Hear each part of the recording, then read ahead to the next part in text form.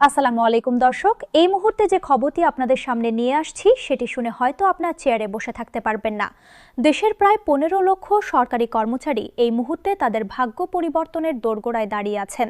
আদালত থেকে এসেছে চূড়ান্ত আলটিমেটাম। সময় দেওয়া হয়েছে মাত্র 48 ঘন্টা। এই সময়ের মধ্যেই নবম জাতীয় বেতন স্কেলের চূড়ান্ত রিপোর্ট জমা দিতে হবে পে কমিশনকে, নইলে সরাসরি কারাদণ্ডের মুখোমুখি হতে পারেন কমিশনের দায়িত্বশীল কর্মকর্তারা। হ্যাঁ, শুনেছেন ঠিকই, জেল পর্যন্ত যেতে পারে বিষয়টি। 6 মাসের টালবাহানা, অসংখ্য বৈঠক, অগণিত ফাইল, কিন্তু কোনো সমাধান নেই। এখন সেই কাজ শেষ করতে হবে মাত্র 2 কর্মদিবসে। এ যেন সিনেমার চেয়েও রোমাঞ্চকর বাস্তবতা। প্রশ্ন হচ্ছে, হঠাৎ এমন কঠোর সিদ্ধান্ত কেন? কেনই বা আদালতকে এভাবে হস্তক্ষেপ করতে হলো? এর পেছনের গল্পটা জানলে আপনি বুঝবেন এটি শুধু একটি খবর নয়, এটি লক্ষ লক্ষ মানুষের বেঁচে থাকার সংগ্রামের গল্প। চলুন শুরু থেকে শুরু করি। নবম জাতীয় বেতন স্কেল।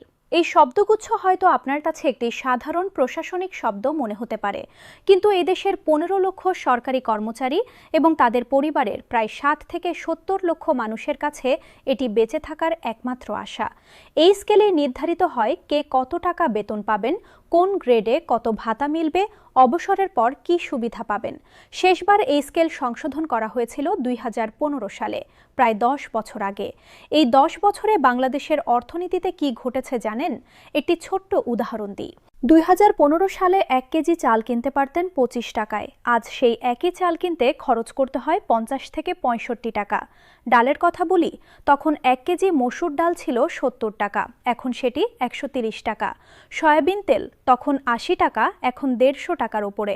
আর বাড়ি ভাড়া, ঢাকা শহরে একটি 2 রুমের সাধারণ ফ্ল্যাটের ভাড়া তখন ছিল 10 থেকে 12 হাজার, এখন সেটি 18 থেকে 25 হাজার টাকা। মানে প্রায় সবকিছুর দাম দ্বিগুণ থেকে 3 গুণ বেড়েছে। কিন্তু সরকারি কর্মচারীদের বেতন, সেটি রয়ে গেছে প্রায় একই জায়গায়। হয়তো সামান্য কিছু বার্ষিক বৃদ্ধি হয়েছে, যা মূল্যস্ফীতির তুলনায় একেবারেই নগণ্য। এখন একটি বাস্তব গল্প শুনুন। রহিম সাহেব একজন সরকারি হাসপাতালের নার্স, মাসিক বেতন 38,000 টাকা। শুনতে ভালোই লাগছে, তাই না? কিন্তু তার জীবনযাত্রার হিসাব দেখুন। তিনি থাকেন ঢাকার মিরপুরে একটি ছোট্ট 2 রুমের ফ্ল্যাটে, ভাড়া 20,000 টাকা। তার স্ত্রী গৃহিণী, 2 সন্তান স্কুলে পড়ে। পরিবারের 4 সদস্যের মাসিক বাজার খরচ ন্যূনতম 18,000 টাকা। বিদ্যুৎ বিল 3,000, পানি গ্যাস মিলিয়ে আরও 2,000। এখানেই 43,000 হয়ে গেল, অথচ বেতন 38,000। বাকি 5,000 টাকার ঘাটতি কিভাবে মেটাবেন? এখনও তো সন্তানদের পড়াশোনার খরচ, কোচিং ফি, অসুখ বিসুখের চিকিৎসা, পোশাক পরিচ্ছদ কিছুই হিসাবে আসেনি।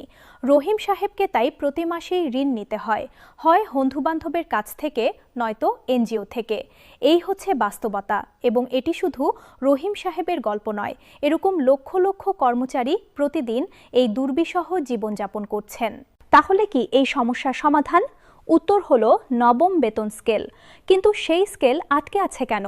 আমরা খোঁজ নিয়ে যা জেনেছি তা আরও হতাশাজনক। পে কমিশন নাকি প্রায় 1 বছর আগে থেকেই কাজ শুরু করেছিল। বিভিন্ন মন্ত্রণালয়ের সঙ্গে বৈঠক হয়েছে বহুবার, কর্মচারী সংগঠনগুলোর সঙ্গে আলোচনা হয়েছে, এমনকি খসড়া প্রতিবেদনও প্রস্তুত হয়ে গেছে বলে শোনা যাচ্ছে। কিন্তু চূড়ান্ত অনুমোদনের ধাপে এসে সবকিছু থমকে গেছে। কেউ বলছেন দেশের অর্থনৈতিক পরিস্থিতি ভালো নয় বলে সরকার এত বড় আর্থিক দায়বদ্ধতা নিতে পারছে না। কেউ বলছেন রাজনৈতিক কারণে সিদ্ধান্ত আটকে আছে। আবার কেউ কেউ মনে করেন এটি নিছক আমলাতান্ত্রিক লালফিতার দৌরাত্ম্য, এক দপ্তর থেকে আরেক দপ্তরে ফাইল খুঁজছে, কিন্তু কেউ সই করতে চাইছে না দায়িত্ব নিতে না চাইলে। কিন্তু মূল কারণ যাই হোক, কষ্ট পাচ্ছেন কর্মচারীরা, যারা প্রতিদিন সকাল থেকে সন্ধ্যা পর্যন্ত দেশ সেবায় নিয়োজিত আছেন। তাদের ন্যায্য পাওনা আটকে আছে ফাইলের পাহাড়ে। এই অবস্থায় কর্মচারীদের ধৈর্যের বাঁধ ভাঙতে শুরু করেছিল। বিভিন্ন কর্মচারী সংগঠন আন্দোলনের হুমকি দিয়েছে। কেউ কেউ ইতিমধ্যে প্রস্তুতিও নিয়ে ফেলেছিলেন রাজপথে নামার। পরিস্থিতি উত্তপ্ত হতে শুরু করেছিল। আর ঠিক এই মুহূর্তে আসে আদালতের হস্তক্ষেপ।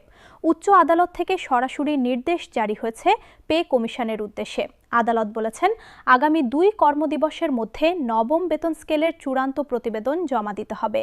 এই নির্দেশ অমান্য করলে পে কমিশনের দায়িত্বশীল কর্মকর্তাদের বিরুদ্ধে আদালত অবমাননার কার্যক্রম শুরু হবে। আর আদালত অবমাননার শাস্তি জানেন তো? সেটি হতে পারে কয়েক মাসের কারাদণ্ড এবং জরিমানা। সুতরাং এটি কোনো সাধারণ নোটিশ নয়, এটি চূড়ান্ত সতর্কবার্তা। এই নির্দেশের পর পুরো পরিস্থিতি বদলে গেছে। পে কমিশনের অফিসে এখন জরুরি অবস্থা চলছে বলে শোনা যাচ্ছে। সব কর্মকর্তা জরুরি বৈঠকে বসেছেন। রাত দিন কাজ চলছে প্রতিবেদন চূড়ান্ত করার জন্য, কারণ তারাও জানেন এই সময়সীমা পেরিয়ে গেলে পরিণতি ভয়াবহ হতে পারে। এখন স্বাভাবিকভাবেই প্রশ্ন আসে, মাত্র 2 দিনে কি এত জটিল একটি প্রতিবেদন তৈরি করা আদৌ সম্ভব? উত্তর হলো, যদি একদম শূন্য থেকে শুরু করতে হতো তাহলে অসম্ভব। কিন্তু ভালো খবর হলো, খসড়া প্রতিবেদন প্রায় প্রস্তুত অবস্থায় আছে।